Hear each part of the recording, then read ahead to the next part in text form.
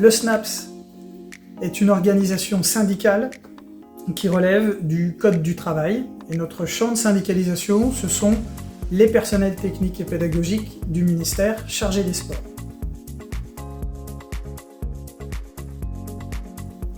Nos adhérents sont principalement les membres des corps spécifiques jeunesse et sport, notamment les PTP sport, c'est-à-dire les professeurs de sport et les conseillers techniques et pédagogiques supérieurs.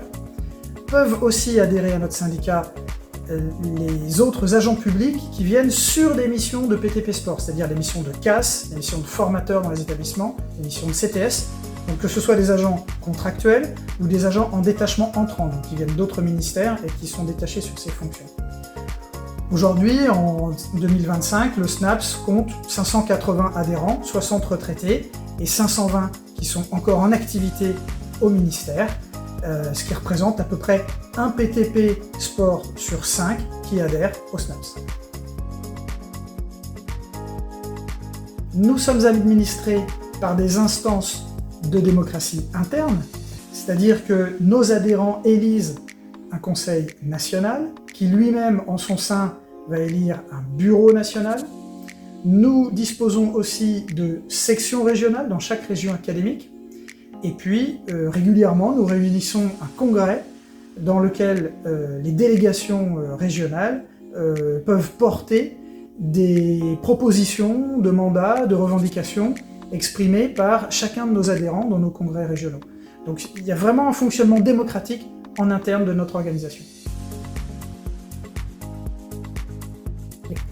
Alors, on répond aux questions que nous adressent nos adhérents, on les informe sur les différentes démarches à réaliser dans le cadre de toutes sortes d'événements de carrière qui peuvent se présenter à eux.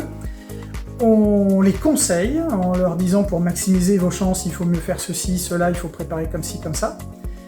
On les accompagne et on les aide dans leur défense individuelle en cas de litige avec l'administration. Dans ce cas-là, c'est bien de faire appel à des collègues qui sont expérimentés et qui connaissent les procédures. Et puis, on assure aussi, bien sûr, une défense collective de nos corps, dans l'intérêt de nos métiers, dans le cadre des instances de dialogue social où on représente les agents. Et pour faire tout ça, on s'appuie sur une équipe de 7 permanents qui sont déchargés donc, pour s'occuper de leurs activités syndicales entre 100% à temps plein et 30%.